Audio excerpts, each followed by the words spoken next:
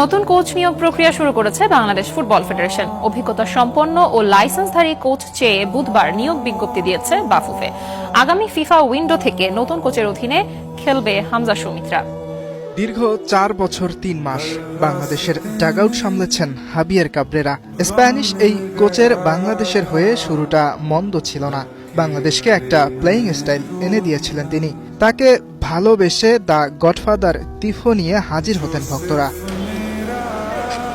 তবে সময়ের সাথে সাথে প্রত্যাশা অনুযায়ী ফলাফল এনে দিতে ব্যর্থ হন কাবরেরা।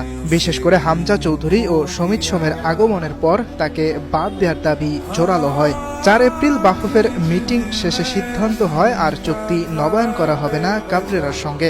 এবার নতুন কোচ নিয়োগের প্রক্রিয়া শুরু করেছে বাফুফে।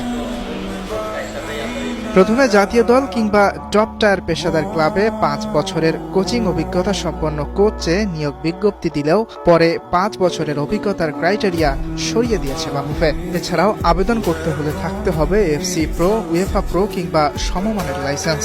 নিয়োগ পেলে সিনিয়র জাতীয় দল, অলিম্পিক দল এবং অনূর্ধ্ব 23 দলের সঙ্গে কাজ করতে হবে। তবে হাবিয়ের কাবরেরার সাথে চুক্তি নবায়ন না করলেও কাবরেরার সুযোগ থাকবে আবেদন করার। আগামী মাসের শুরুতে নতুন কোচের নাম ঘোষণা করবে বাফুফে। আগামী জুনে ফিফা উইন্ডোতে ইউরোপের দল সান মারিনোর বিপক্ষে প্রীতি ম্যাচ খেলবে বাংলাদেশ। নতুন কোচ নিয়ে হামজা সৌমিত্রা সেই ম্যাচ খেলার উদ্দেশ্যে উড়াল দেবেন।